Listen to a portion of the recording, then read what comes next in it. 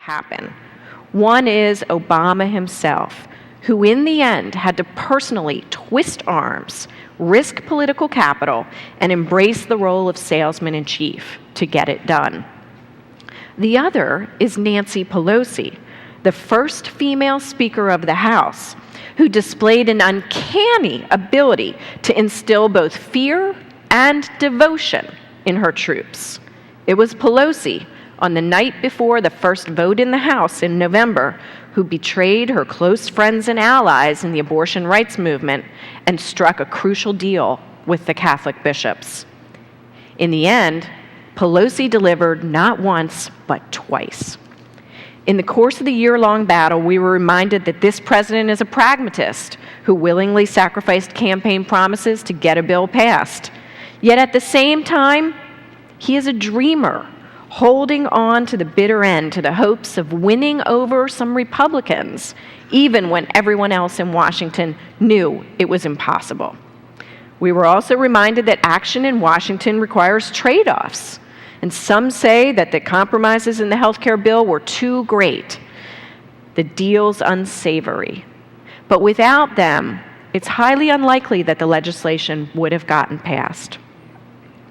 It will take years, if not decades, to fully grasp the impact of this sprawling legislation.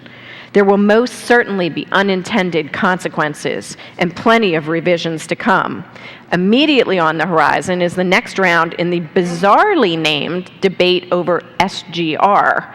Now, you all probably know what that stands for, Sustainable Growth Rate, but in English, it's what Medicare pays doctors. More than 20 state attorneys are also suing over the individual mandate. And again, most legal scholars do not expect those lawsuits to succeed, but they will have real political implications in the coming months and years.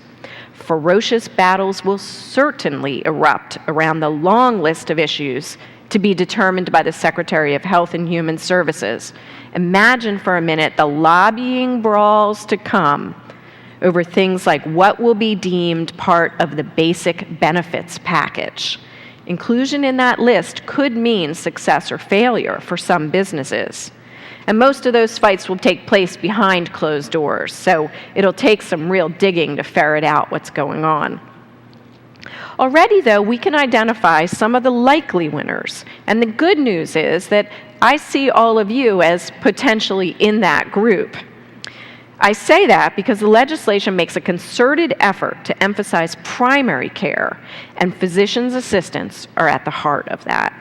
Grants, loan forgiveness, training programs, higher reimbursement rates are some of the strategies that are designed to encourage more in the medical professions to enter and stay in the field of primary care. We know that some of the specifics in the legislation will provide opportunities. $11 billion over the next 5 years for community clinics. $6 billion in seed money for starting up new nonprofit cooperatives. There's more money for rural providers, midwives, and people who serve Medicaid patients. Now, as you're probably aware, physician assistants have been integrated into the new medical home model and chronic care management models, opening even more opportunities for your profession. The law allows for a range of pilot programs in both Medicare and Medicaid, testing new ways of organizing care and paying for it. I think that if you combine the anticipated doctor shortages and the career flexibility of physician assistants, you begin to see how this group, along with others such as nurses, can fill a huge void in the health system of the future. If the goal is to deliver the right care to the right patient at the right time for the right cost, I believe the big winners will be the early innovators. CEOs like Mr. Sunshine, who begin thinking now about how to make the new law work. It's no accident that the new unit at the Centers for Medicare and Medicaid Services has been named the Center for Innovation. Organizations such as the Institute of Medicine, the National Quality Forum, a new Medicare Payment Commission, the Agency for Healthcare Research and Quality. They're all going to be very involved in these efforts to shape the future system. Many will complain rightly that the legislation takes baby steps toward real delivery system reform. And every time a new government bureaucracy involved, there's good cause for a dose of skepticism. Good ideas were certainly left out of the legislation. Dental coverage for Medicaid patients, or those pesky death panels, which, as you all probably know, were never death panels, but was an opportunity to reimburse providers who gave end-of-life counseling. It's entirely possible that Mr. Dark and Stormy's worst fears will come true. But it is also possible that creative leaders in the medical profession, eager to tap into a growing market, will not simply adapt to the new law, but chart a much more ambitious future course. I fully expect the private sector to lead rather than follow government in many of these areas. People like doctors, nurses, and physicians' assistants are on the front lines. As my friend pointed out when I told him I was coming down here, you are the people who do the work and know what works. And you've demonstrated time and again how to devise better ways to keep us all living longer and healthier. Yours in particular is a young profession, and with that youth comes the challenge of educating patients and policymakers about the critical role physician assistants can and should play in our healthcare system of the future. If you are able to do that, I fully expect that your future will be bright. I wanted to close with one other story from Washington, and that was speaking to another friend of mine, telling him I was coming down to chat with all of you today. And he described for me a few years ago when his young son was horsing around at home and had a fall and cut open his cheek. Blood running everywhere, complete panic. They went racing to the ER.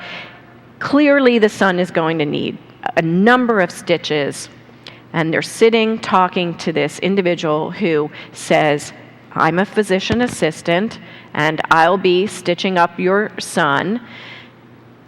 And my friend sort of paused for a minute and got one of those looks I'm sure you've all physician assistant.